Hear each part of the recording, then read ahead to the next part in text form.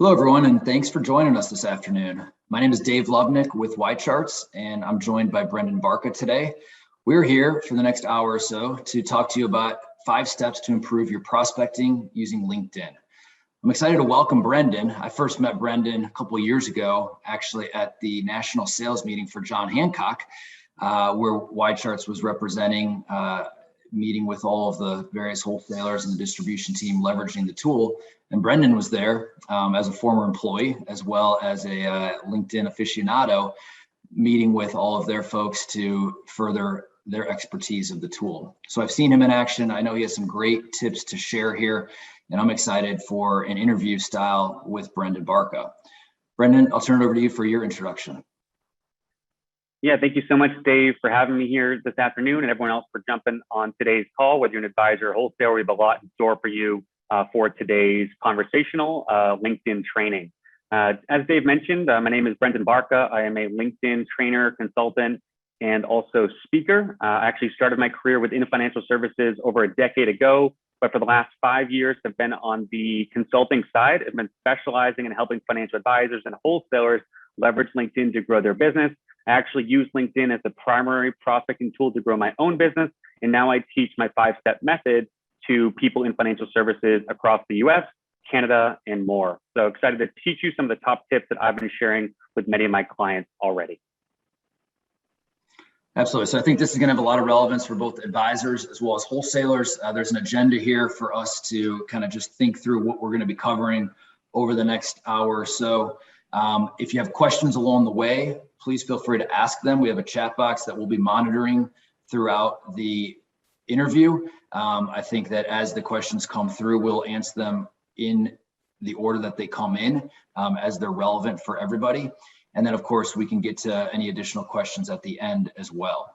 So again, thanks everyone for joining. The agenda for today is going to be along the lines of LinkedIn. Obviously, a couple things that we're going to cover. First of all, how do you take those online conversations that you might be having with a prospect into a potential meeting with the person? Second, how are you leveraging LinkedIn to get new clients, which is, I think, more important than ever over these last 18 months? How are you differentiating yourself from all the other people that might be exploring LinkedIn and starting to use it more as well? How are you building rapport with those folks on LinkedIn to engage them and get them to take that meeting that we previously mentioned? And then how are you making LinkedIn part of your regular routine? Because without it as part of your regular routine, it's probably not going to be something that's real beneficial for you. So those are the topics that we look to cover here. We're going to do that through kind of a Q&A style here. Brendan sharing his screen, Brendan going through real live examples. So first question, and I mentioned earlier, I've seen you in action before. I've seen some of the great tips you have. I've seen you talk about a 5-step method to finding clients through LinkedIn. So can you start off by giving us an overview of that 5-step method? Sure. Yeah, we can start there, and then afterwards we can go into each of these steps as we kind of work through the interview. So the 5-step method for LinkedIn client creation, whether you are a financial advisor trying to get in front of more C-level executives or small business owners, or you are a wholesaler trying to get in front of more financial advisors, it can work for you either way. So step number 1 is you first need to optimize your LinkedIn profile. You want to think of your LinkedIn profile today as really being the online version of your business card. I mean, think about it. When's the last time you even used a business card? You know, with the onset of the pandemic, those have really been a thing of the past. And now today, your LinkedIn profile is essentially your modern day business card. So it's critical to make sure yours is set up correctly and really using it as a differentiator from all the other financial advisors or wholesalers out there. Then step 2, once you've had your profile set up correctly, you then need to know how to use LinkedIn to efficiently find prospective clients. So within LinkedIn, whether you are in the free version, premium, or sales navigator, there are many tools to use to be able to find prospect lists quickly. So whether you're trying to find a list of C-suite executives in the technology space in San Francisco, or you're trying to find some registered investment advisors in Texas, LinkedIn searching makes it really easy. And we can go through some of those examples here today. Then number 3 is that once you have found your prospects, you then have to start connecting with them and adding them into your online network. With connection, you have to be able to a script or an idea to get them into your network first. We're not trying to sell at that point, but instead trying to get those people in there, because once someone is in our LinkedIn network, we can build relationships to them over the course of a lifetime. Then number 4 is that once you're connected, we then have to engage and build rapport with our prospective clients. This comes down to creating content that is compliant, of course, within the industry. We can talk about that later, but also sending valuable things like articles, ideas, seminar invitations through private messaging.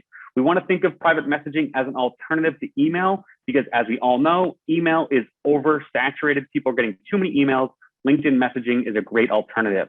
And then finally, step 5 is that once we've built some rapport, we've engaged with our prospects through LinkedIn, they're in our network, that's when we can capitalize and try to set up an offline conversation. We'll go through an example later of one way you can do that, but that's something that comes at the end after you've already nurtured the relationship. So in a nutshell, once you've done these 5 steps, you've done them repeatedly over time, you're going to start to notice more LinkedIn activity that leads to offline conversations. So Brendan, I think that's a great framework. I think there's a lot of good information that we're going to dig into a little further, but let's go back to the very beginning of this. And one question that some folks on this call might be wondering is, how do you even get started with the creation of a LinkedIn profile, embracing LinkedIn in the first place? Folks might not be using it right now, or they may have just a very rudimentary setup so far. Sure. So let's just talk about some basics for those people that are still trying to get set up on LinkedIn correctly. Maybe you've thought about LinkedIn for the last 10 years, you haven't given it a chance, but now in 2021, you are ready to do so. So a few profile tips. First of all, it's important to note that on LinkedIn, you only have a 2.2-second window to make a great first impression before someone leaves your page altogether. So it's critical to be able to grab their attention and make sure that your branding is speaking directly to them. So whether you are a financial advisor or wholesaler, there are 3 essential things you want to do to optimize your profile. Tip number 1, it's critical, it's simple. You need to make sure you have a professional headshot in place. It can't be a picture of you and your friends at the golf course. It can't be a 20-year-old picture. Instead, it has to be modern. It has to be up to date. And a research study showed a few years ago that you get 14 times more views when your picture is professionally taken. So make sure that's set up first. Tip number 2, and this is perhaps the most important one I can give to you, whether you're an advisor or a wholesaler on LinkedIn, is you need to consider optimizing your LinkedIn headline. Many advisors and wholesalers alike make the mistake of just branding themselves as their current role. So some people will say, I'm a financial advisor at LPL, maybe in this area right here. Or a wholesaler would say, I'm a regional vice president for XYZ company. Well, that is great, it is true, but it's not really telling your clients or prospects how you can help them. So one of the simplest things you can do is answer a 2-part question of the problem you solve and who you solve it for. This is an example of a financial advisor who's 401k focused, and they're explaining that they are helping plan sponsors manage their fiduciary responsibility in improving the retirement outcomes of their people. So he's really calling out that he's helping plan sponsors, helping them improve the retirement outcomes of their individuals. So it's both the prospect he's serving and the problem he's solving for them. So think about you, think about your business and who you're serving. Make sure to leverage your headline, of course, if it's compliant at your firm, to change that to be able to attract more prospective clients. And then finally, tip number 3, in the about section, you want to use keywords that relate to the services you provide. So if you're an advisor, maybe listing off things like estate planning or 529s or 401ks. If you're a wholesaler, you want to list off things like maybe you're helping people with their investment strategies and things like that. So make sure you list your keywords. That way, if someone's searching for that help in your area or in your territory, your profile will come towards the top of their searches. Then secondly, in the about section, you also want to use it as a chance to tell your story and explain to everyone why you do what you do. Keep in mind, everyone out there has similar credentials. Everyone has a CFA or a CFP or a, CIAA. They have all those designations, but only you have your unique story. The about section of LinkedIn is a great place to tell about, why you got into the industry and other hobbies that may differentiate you from your competitors. So those are 3 basic things you want to do. If you're a new advisor and you want to set up your profile, I would give these 3 tips. And Brendan, you talk about the headshot. Something else I've noticed on LinkedIn is you have the opportunity, I believe, to put a background picture there as well at the top in kind of the broader area. In this example, Patrick does not have that, but can you talk about that, whether that's something you recommend for folks? Sure. And I'm just going to go into LinkedIn to show actually an example of a advisor first, and then maybe we can dive into a wholesaler afterwards. But just to show you an idea of the importance of the LinkedIn background photo. So as we come to David's page here, an advisor out in Kansas City, what's the first thing you notice? You notice that his LinkedIn his LinkedIn background photo has a call out of the people he's serving. So I talked about earlier the importance of branding towards your ideal prospects. You can see in this example, he's explaining how he specializes in guiding pharmacists to retirement. I mean, talk about creating a niche and speaking to someone directly on LinkedIn. David's accomplishing that, also with a picture of his city here in the background. So this is a great example of an advisor taking advantage of the top part of his profile.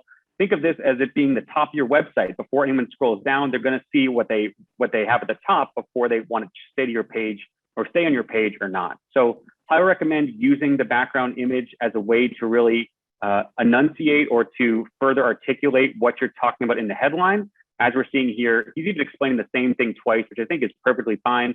If I'm a pharmacist here and I come to David's page, I mean, what other advisor would I want to work with? So this is just one example of how to use a LinkedIn banner or a LinkedIn background photo.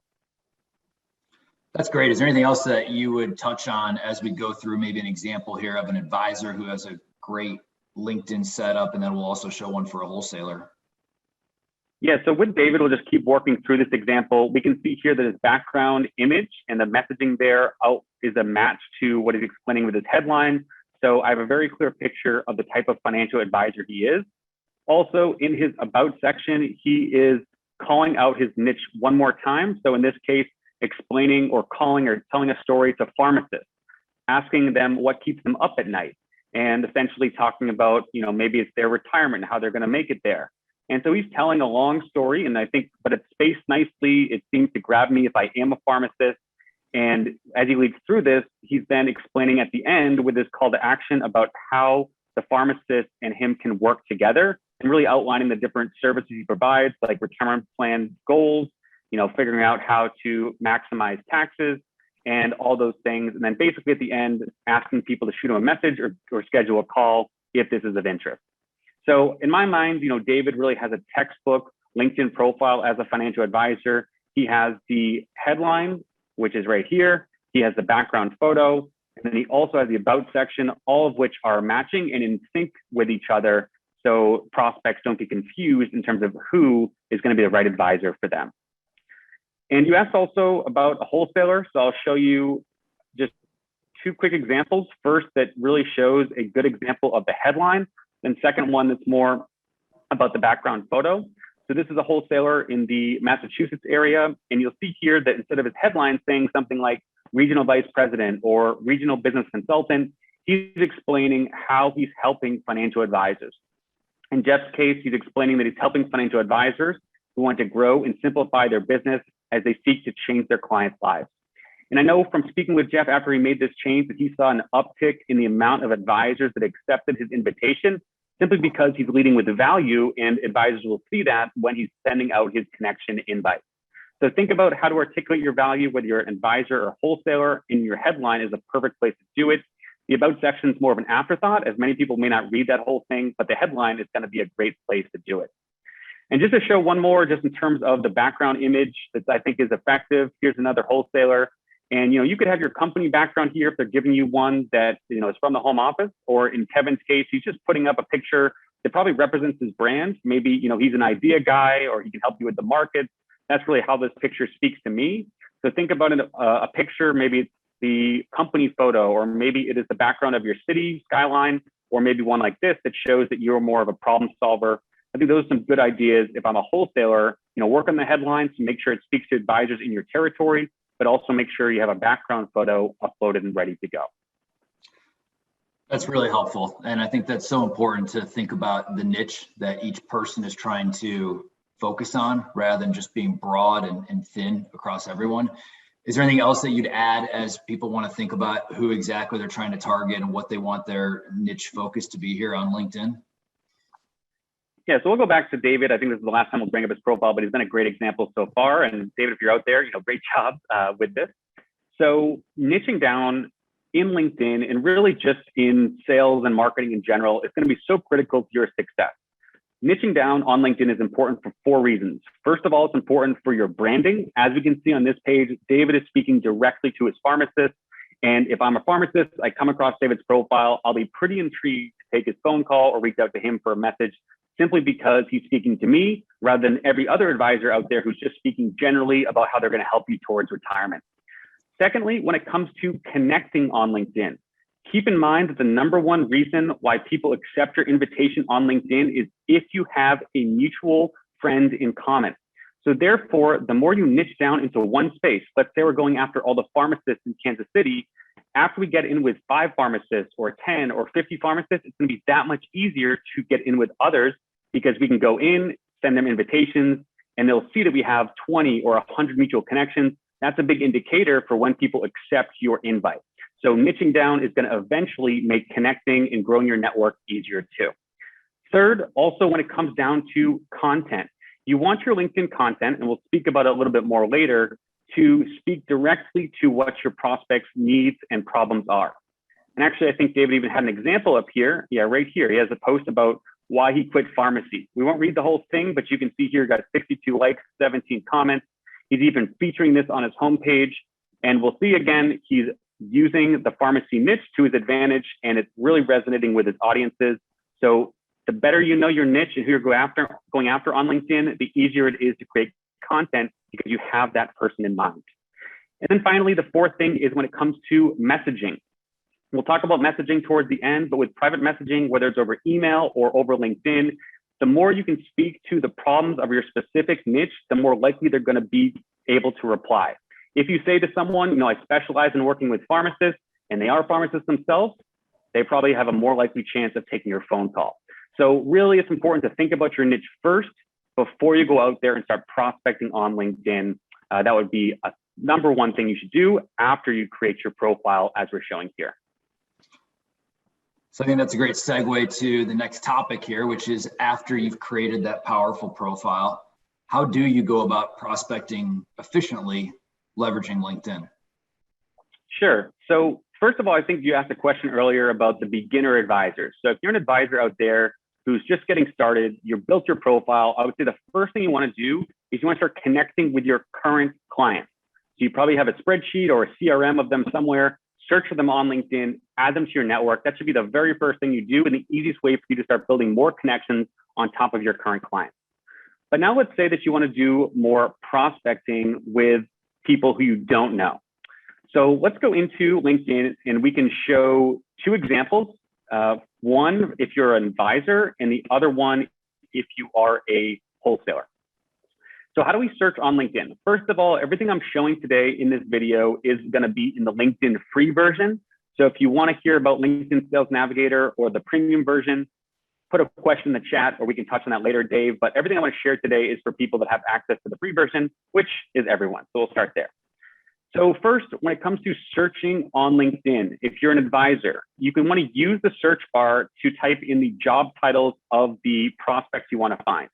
So let's say for today's example that we are a 401k focused advisor, and our targets are chief financial officers and heads of human resources in Chicago. Well, how do we start to build that search? First, we want to type in the keywords for the people we want to find. In this case, that's going to be their title. And we want to put this in quotations, as that's going to allow us to better define our search. If we don't use quotes, it can find people that are chief technology officers or chief revenue officers, but instead by putting it in quotes, LinkedIn will only find CFOs in that search.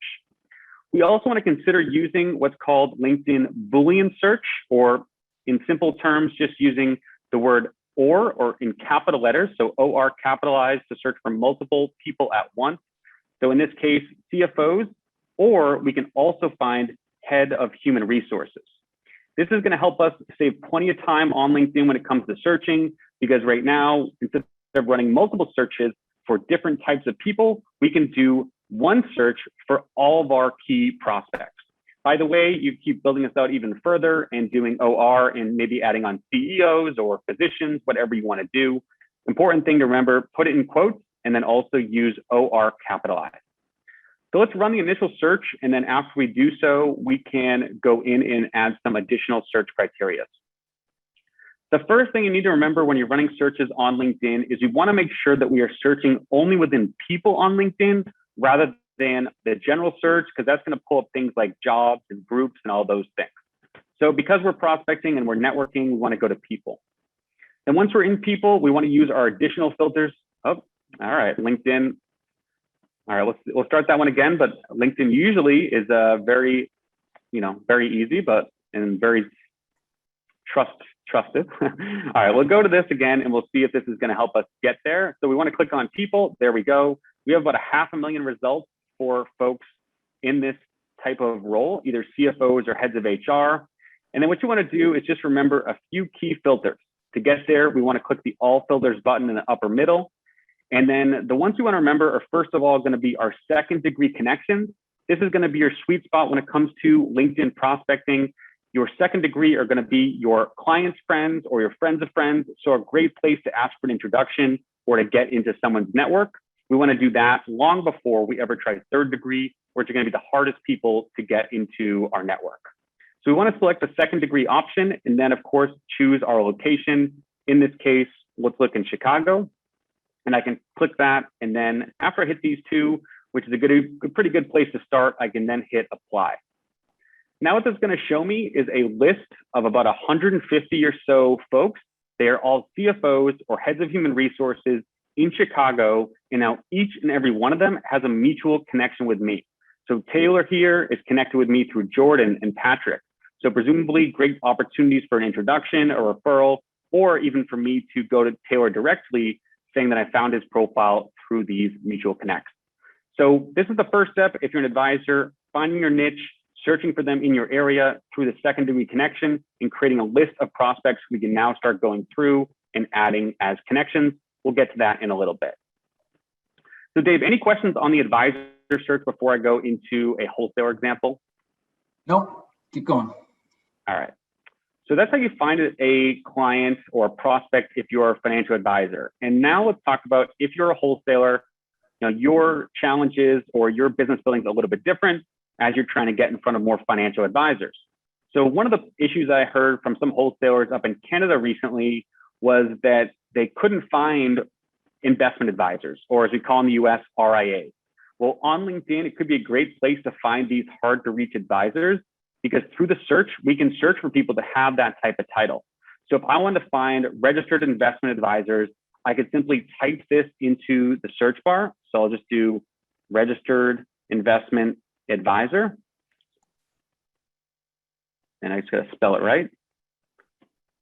All right, there we go. And then I can hit enter. And then once we get into our initial search, we'll go through sort of the same flow that we did as an advisor. So we've chosen who we want to go after. We can then select people. And then what we want to do, of course, is just find people in our territory. So let's say in this example that I'm a wholesaler in Ohio, I can go into my location filter and search within the state of Ohio. And if you're in Columbus, of course, you can select that. Cincinnati, Cleveland, you can kind of go further in depending on how small your territory is.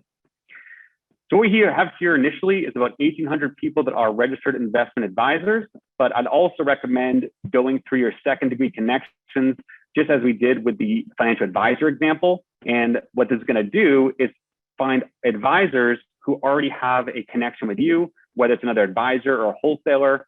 So with that, they're probably more inclined to accept your connections or more inclined to take your meeting because you have those people in common. So we've developed here very quickly for a wholesaler is about 400 people that are registered investment advisors in the state of Ohio. All of these people have a connection with me. So a great place for me to start and build my network and start to connect with these folks and build rapport digitally. This is great. So now let's take it to the next step. Let's assume that we found somebody that we'd like to connect with. What tips do you have for connecting with that person? And I'm curious, do you just connect or do you also add a note in there? What are your thoughts around that? Yeah, great question. So many people, many advisors I speak with are good at getting to this point. Now you find a list of people, but then the problem comes or the question becomes, what are the soft skills we have to use to be able to, navigate this sort of, I guess, hazy or new digital networking?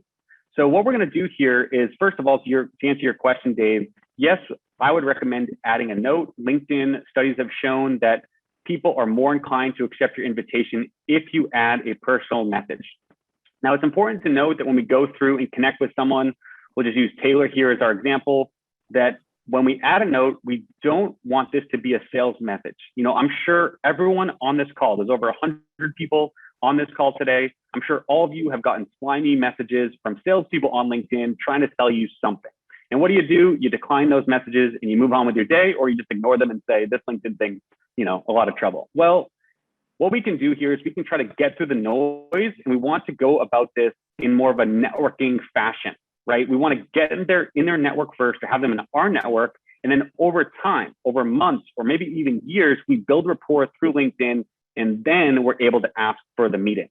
So what's one example of a message that I would recommend here? So I want to share one resource that I've sent out in past webinars I've done, and perhaps we can provide this after the call if it's okay with wide charts.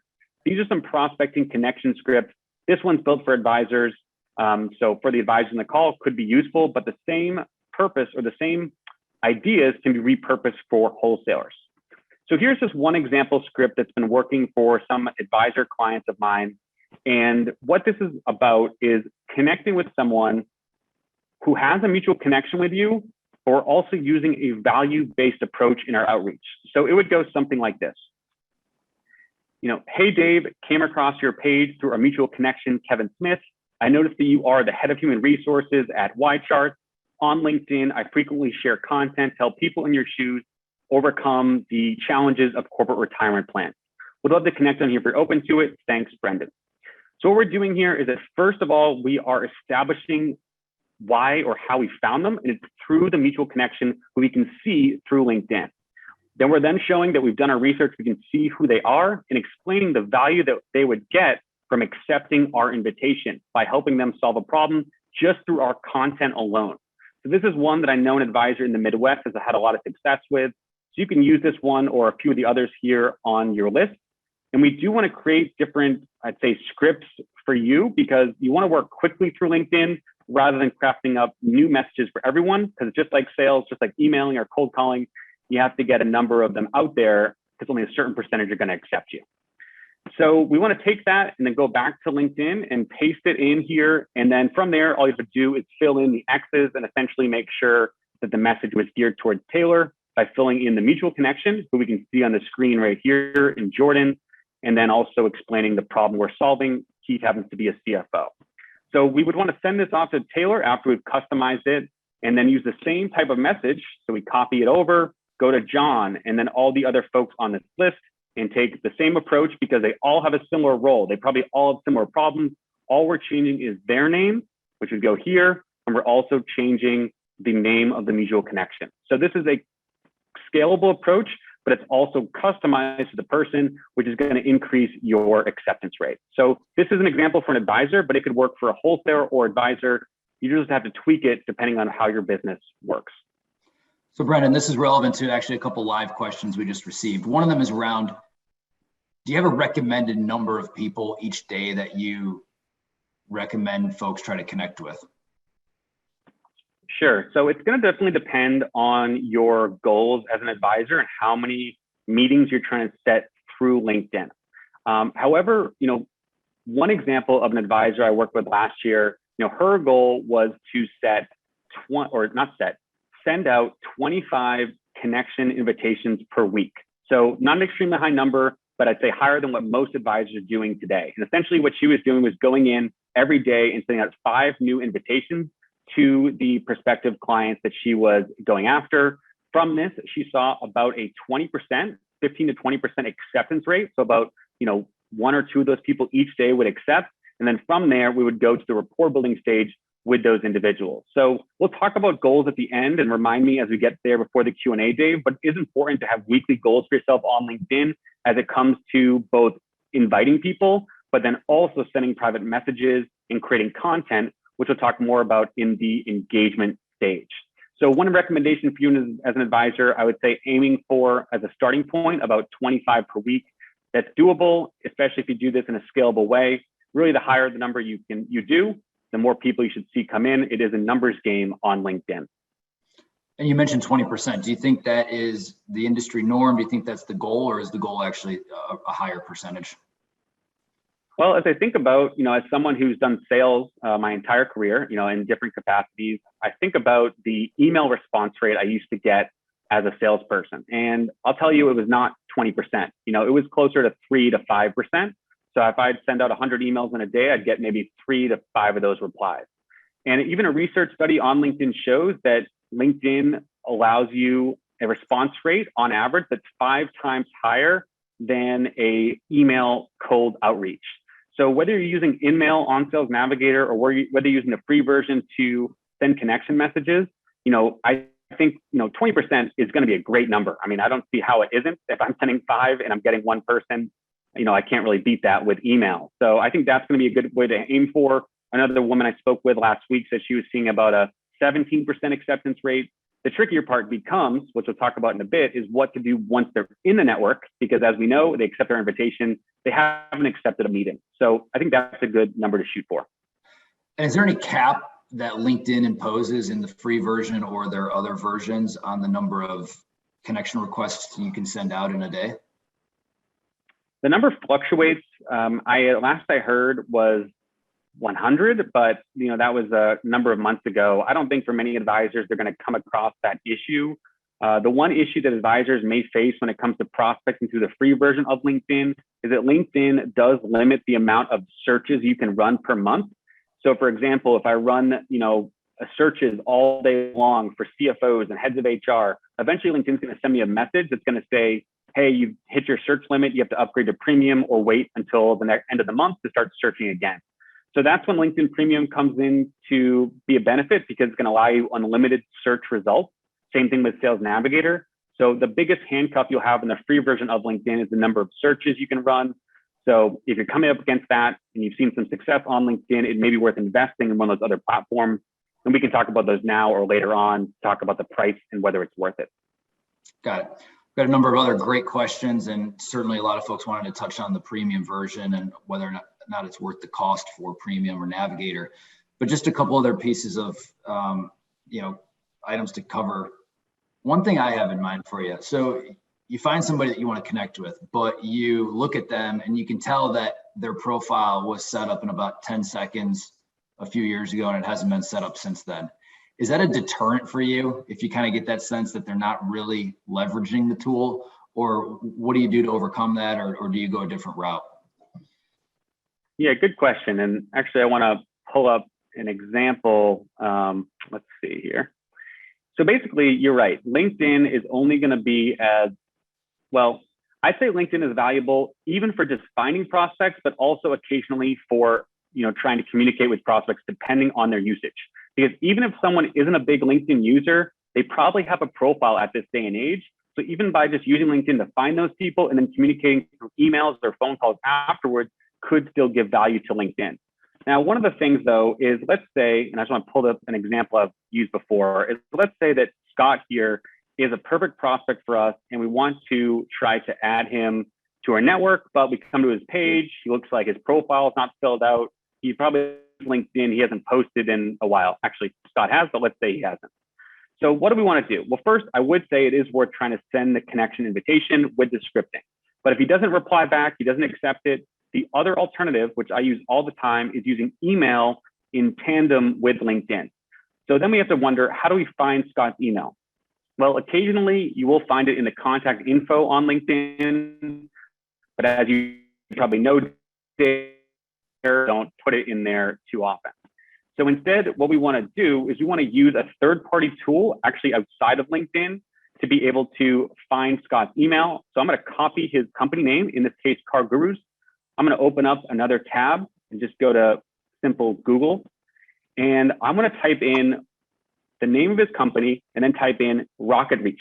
So take a note now if you haven't seen this before. I talk about this in a lot of my events, but Rocket Reach is going to enable you to find just about anyone's email address as long as they work at some sort of corporation or company in the world. So in this case, I'll come to this search.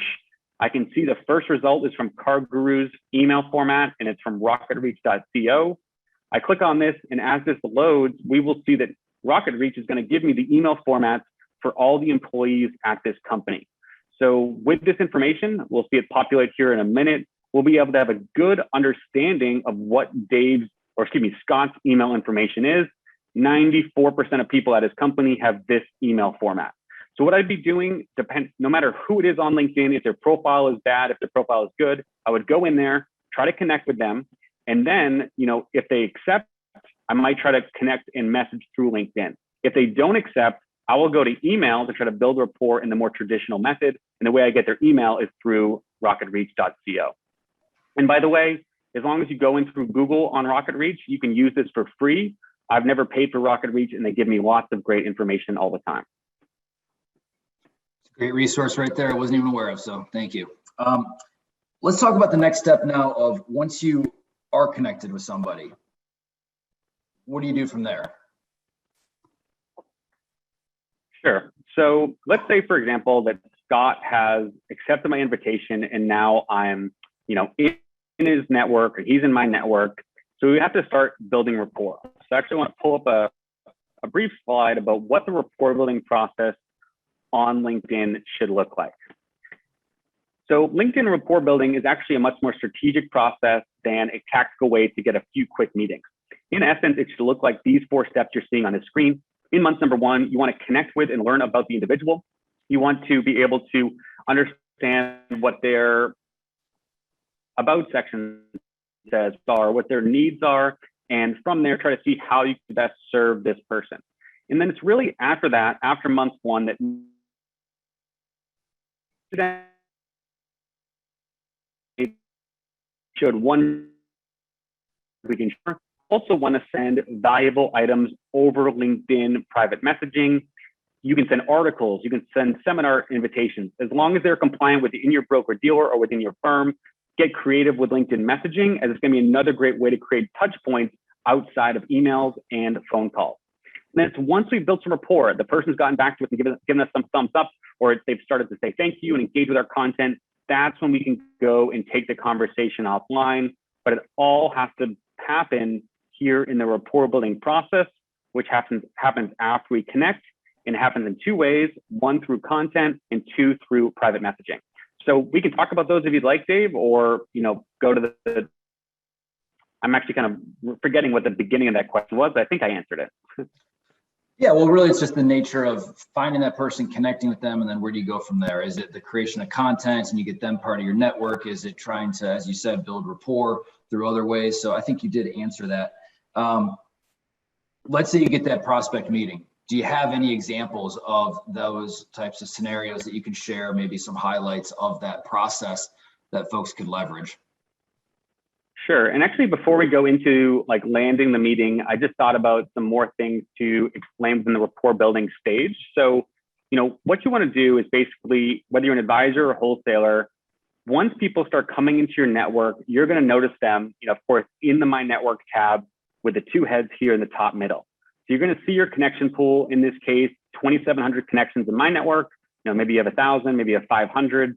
But this is going to show you basically in order who's started to accept your invitation. So as these folks start to come into your network, you want to think about different ways in which you can engage with them, in different ways you can provide value. And this is a great screen to come to if you want to run different sales campaigns or messaging campaigns to your prospective clients. One of the reasons why this is such a great screen is because it's going to give you an option to search with filters. So make sure to take note of this button, but you can click search with filters right here.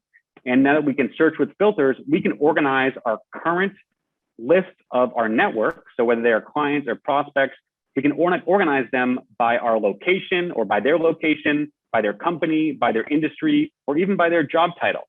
So for example, let's say I want to find all the chief executive officers in my network, or if I want to find all the wholesalers or advisors in my network, I could type in the keyword at the top, filter down, and now we'll see I have about 150 CEOs that are already accepted my invitation. So these are warmer lists of people to actually start going through and building rapport with. So one of the great things that you can do is after someone accepts your invitation, maybe about a month later, you can go through and start to provide value to the individual.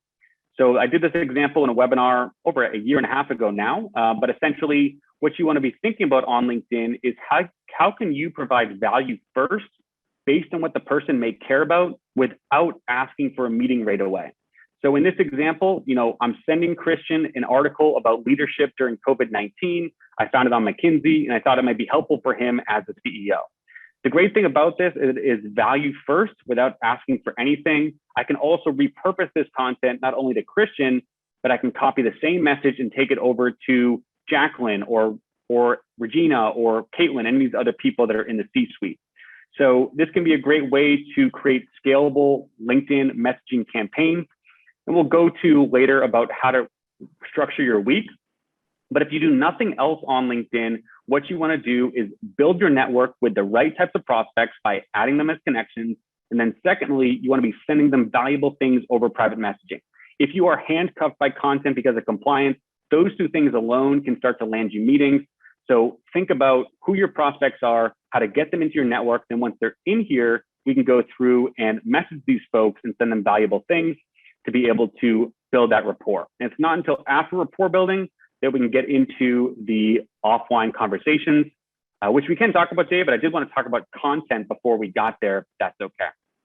Absolutely. And you also mentioned the word compliance there. I think it might be worth just a couple minutes on that. Obviously, you're not an expert necessarily for everyone on the call here, but just any takeaways you have from the compliance angle that you've seen with LinkedIn.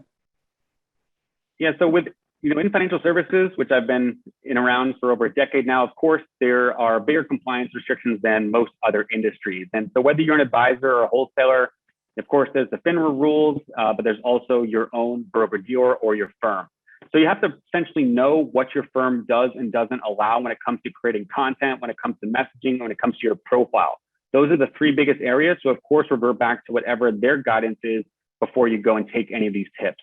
But what I've seen is that in general, as long as you are not talking about services or products, you can message and you can create content on LinkedIn as long as you're navigating away from those two things.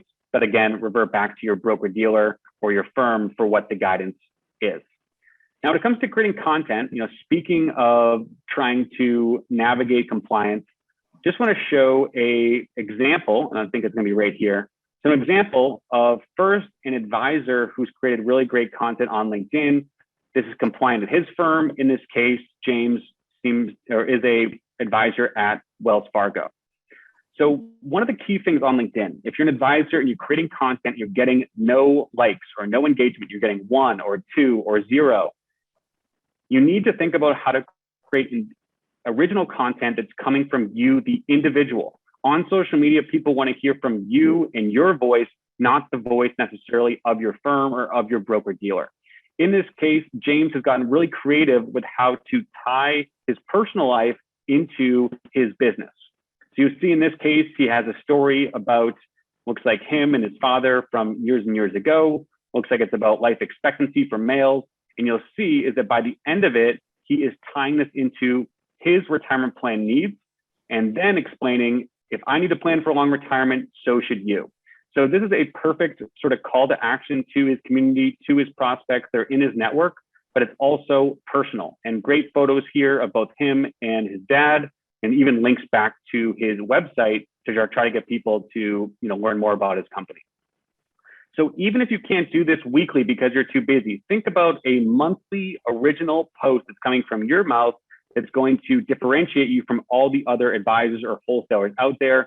James is a great one. If you want to go follow him, I'm sure you can get good ideas from all of his content, because you can see here, this is even getting really high engagement, 79 likes, a huge number on LinkedIn. And many of these people could even be prospective clients. Oh, looks like I even gave it a like there. But these can be great ways to start conversations with clients or prospects, depending on who these folks are. Now, the other example I just want to share before we go into your next question is an example from someone more on the wholesaling side, more on the asset manager. And it's going to be same thing. It's going to be personalized, telling a story. So in this case, Michelle here is telling a story about taking her daughter to work. So she's telling it in a really sort of short way about, taking her daughter to see all these things on the workday, a nice picture of her and her daughter outside. And, again, huge numbers of likes here. And these can result. The reason this is so important, it's going to help your network grow with the right individuals, but it's also going to provide you with opportunities to touch base with clients and prospects alike who may be engaging on this content, which we'll talk about when it comes to landing meetings. So think about how you can create original content that is coming from you rather than just content coming from your marketing team. You know, Brendan, it's an interesting post you have there. You commented on the number of comments that Michelle has and the number of likes. And Michelle's great and has a wide following. How do you capitalize on that? Because I feel like sometimes when I see posts on LinkedIn and they don't have a lot of comments or likes, I might just glance over them and keep moving. If they have large numbers, I'll stop and pause and read more. But it's a little bit of a snowball. If you don't get the initial inertia going, then you're not going to get the additionals. So any thoughts around that as people can, you know, maybe have an eye towards making sure those likes and comments are there for their posts? Yeah, so two things. First of all, if you're not getting a lot of likes and comments, you can still look for ways to repurpose the content that you've created. So let's say, for example, that James put this post up and it got him 1 like, you know, no one saw it. Well, one thing you can do, and I do this all the time, is I will then run messaging campaigns to my prospects with the post. So let's say that I was James and I thought, oh, this post for retirement saving could be valuable for all of my doctor prospects. I can come down here, click the send button at the bottom of the post, and then I can type in, you know, the name of a prospect. In this case, I can find Dave Lubnick here. And then I could write a message saying, hey, Dave, I posted this last week. It's about how doctors can save for retirement. Thought you'd really enjoy this. Have a great day, James. So if my content's not getting likes, or even if it is, don't make the assumption that people are seeing it. Get this in front of them. The best way to do it is through private messaging. And I could run a whole campaign with, you know, 20, 30, 40 doctors with this idea. You can do the same thing as a wholesaler, send a valuable thing to your advisors. You know, if you posted it, it's already compliant, so you can send that off in a private message. That's what I'll be doing if I'm not getting likes, because you can repurpose it into messaging, which can be really powerful. But if I am getting likes, one of the things that you can do is capitalize on this content while it's fresh. So let's say I posted this last week. I've gotten 79 likes on it. I got a comment. You know, I can open this up, and what I want to do is I want to look for any prospect or client who is a prime opportunity for me.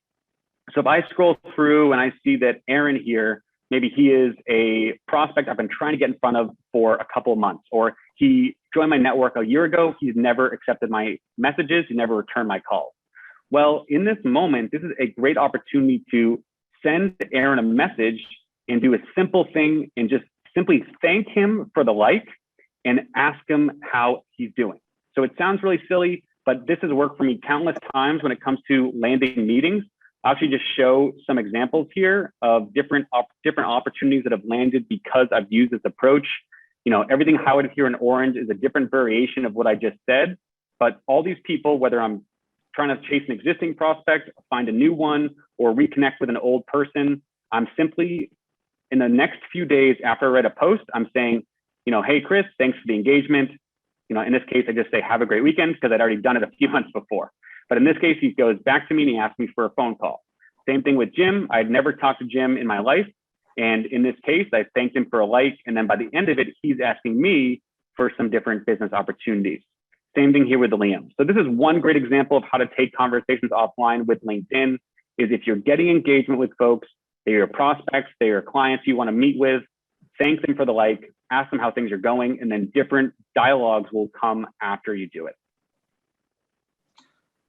All right, we've only got about 10 minutes left here. I think a very popular question that's come through is around the different products that LinkedIn offers. So can you spend a few minutes talking through the advantages of the paid versions of LinkedIn versus, as you mentioned, everything you've shown us today so far is part of the free product, but obviously they have a couple other products that have a charge with them, and your thoughts around the options.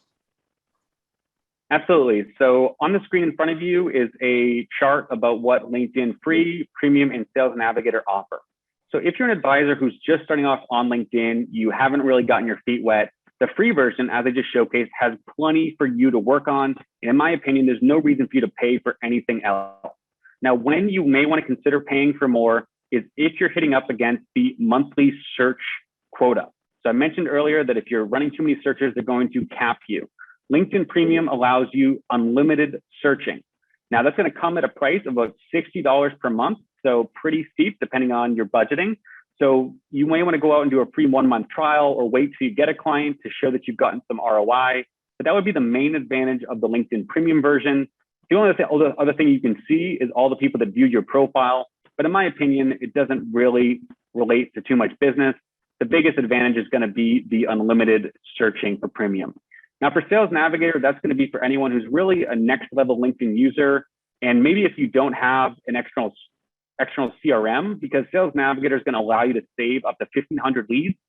It's also going to allow you to send 20 emails a month, which is going to allow you to message people who aren't in your network. But I think the biggest thing for Sales Navigator is going to be the CRM functionality, allows you to save everyone in Sales Navigator without needing an external CRM or spreadsheet. So much better for organizational purposes. There are some more advanced sort of filters in Sales Navigator, such as finding people that recently switched jobs. That's in Sales Navigator. So that could be worthwhile, but it is about $80 per month the last time I checked. Those both do have a 1-month free trial as well, so maybe worth testing. But when I built my business on LinkedIn a number of years ago, honestly, I was using the free version until I kept hitting that monthly search issue. And I was doing a lot of these consultations. I had to upgrade to premium. I personally don't use Sales Navigator unless it's for training purposes, but I've seen other people have success there. And Brandon, a real quick question around the in-mail. Do you find different success rates with an in-mail message versus a connect request with a note tied into it? So the in-mail feature is going to be something that you can use, but I'd say it's only to be used when you are doing sort of a direct cold approach, because as I mentioned with in-mailing, it's almost like an email format. It's going to have a subject, it's going to have a, kind of a message for you to send to them. So if you want to send that in replacing a cold email, by all means, you can do it. But when we go back to my process on LinkedIn, what I've used and also other people have used of mine is we need to connect with people on LinkedIn to add them to our network first and then build rapport with those people who have connected. In-mails is really only going to be for those people perhaps that don't accept your invitation. Maybe it's a fallback attempt to try to get on their radar and get a quick meeting. But in my opinion, we want to go for the longer term, more strategic approach, which comes down to connecting first rather than the in-mail cold approach. Great. This has been a great hour of content here. I've learned a lot. Hopefully everybody on the phone here has as well. I guess in summary, LinkedIn is clearly a valuable tool. How much time do you think people should be thinking about LinkedIn on a daily or weekly basis? Because you've laid out some steps here, which I think it'd be feasible that somebody could spend an hour a day going through prospects, engagement, content creation, and so forth. What is the right amount of time for folks here? Yeah, and so this slide says LinkedIn Advisor Weekly Checklist. By the way, the rules apply for both advisors and wholesalers. But I understand, just like myself now with a book of business, we have other things to attend to in our week. So what I suggest for people is trying to do 60 to 90 minutes per week on LinkedIn. But it's less about the time on LinkedIn. It's more about what you can accomplish.